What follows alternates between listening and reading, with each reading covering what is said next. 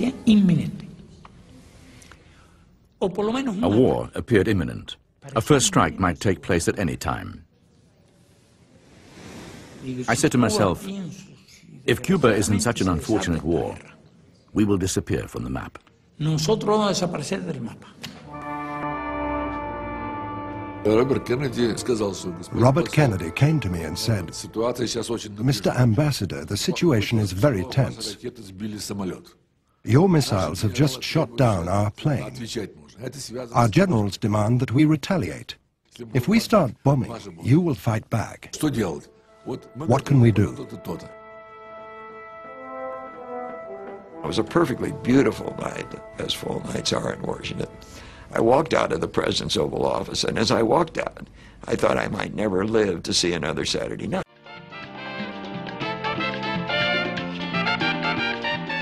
Throughout the 1940s and 50s, the Caribbean island of Cuba had been America's playground. Beaches, booze, and casinos. Havana had it all.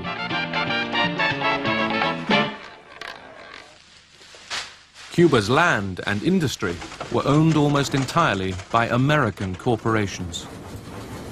We consider part of the United States practically just a wonderful little country over there that was of no danger to anybody. As a matter of fact, was a rather important economic asset to the United States. Cuba's leader, Fulgencio Batista, was a brutal dictator.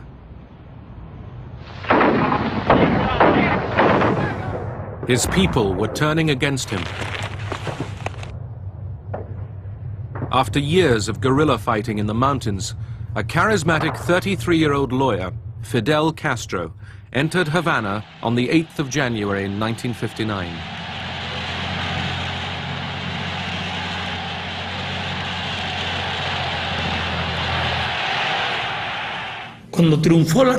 The triumph of the revolution was an example of order.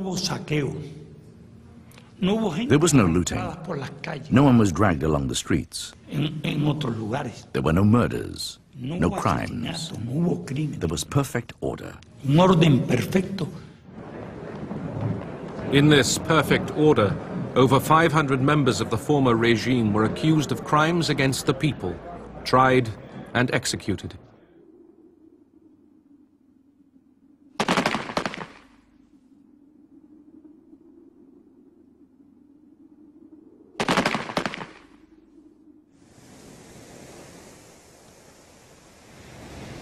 Fearing the rise of a new dictator, thousands fled to exile in the United States. But to most people, Castro was a hero.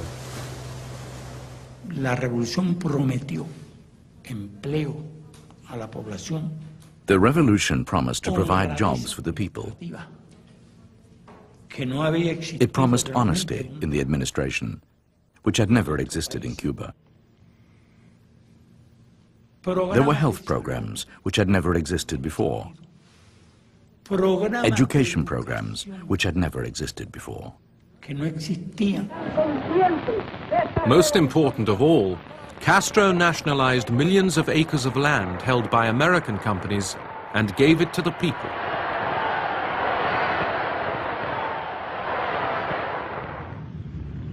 Eager to tell the world of his revolution, Castro flew to New York to speak at the United Nations. President Eisenhower was too busy to see him. But Nikita Khrushchev, the Soviet leader, was delighted to embrace a new revolutionary and offered him economic assistance. Cuba decided to buy oil from the Soviet Union, which would be cheaper. The country could also get credit from the Soviet Union, who were willing to help us. But the American companies refused to refine the oil. With nowhere to refine the Soviet oil, Castro was faced with economic disaster. He sent in his militia and took over the foreign refineries in Cuba.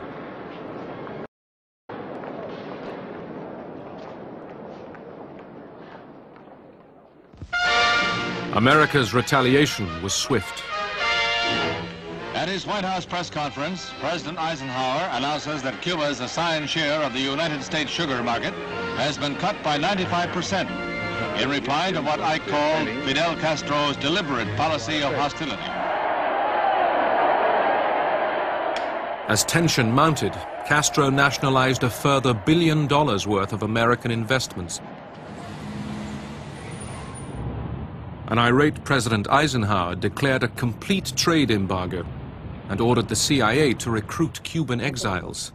They would be trained to destroy Castro's regime. Government agencies of the United States began training people to bomb Cuba and to burn the sugarcane fields. They used small planes with incendiary devices to set fire to the fields. It was very serious. This was the only wealth we had.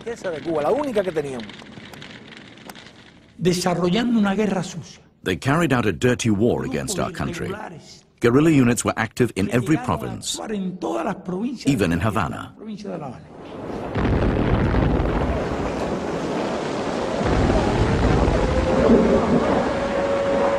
Over 100 people died when La Cubra, a freighter unloading arms and ammunition from Belgium, exploded in Havana harbor. CIA sabotage was suspected, but never proved. Castro turned to the Soviet Union for help.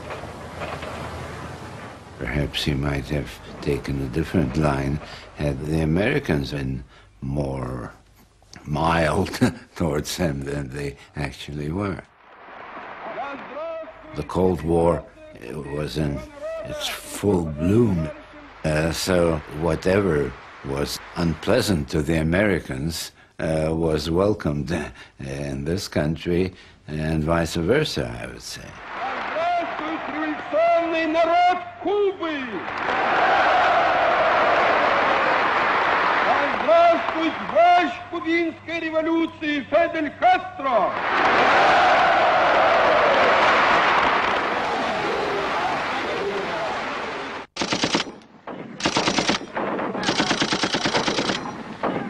At a secret base in the Guatemalan jungle, American CIA agents had been training Cuban exiles to invade Cuba.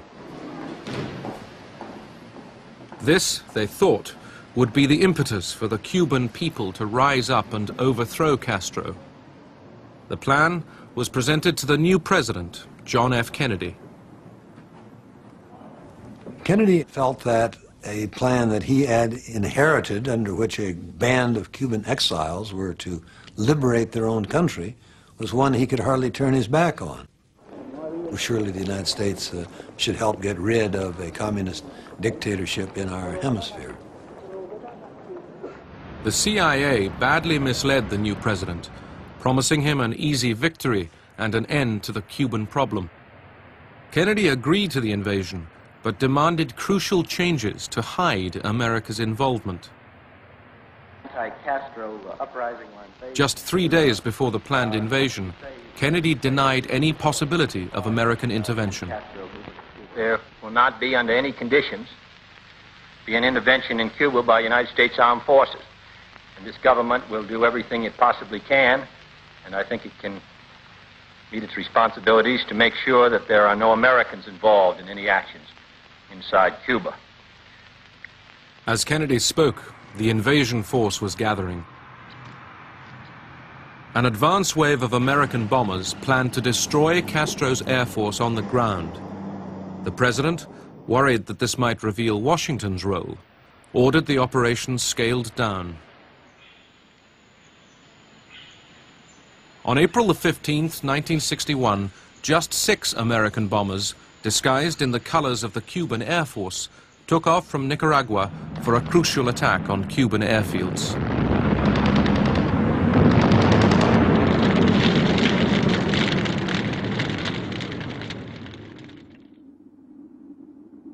But with so few bombers, only 3 Cuban planes were destroyed.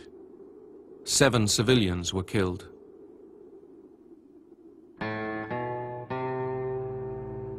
As they buried those who had died, Castro, seeking Soviet support, finally declared that the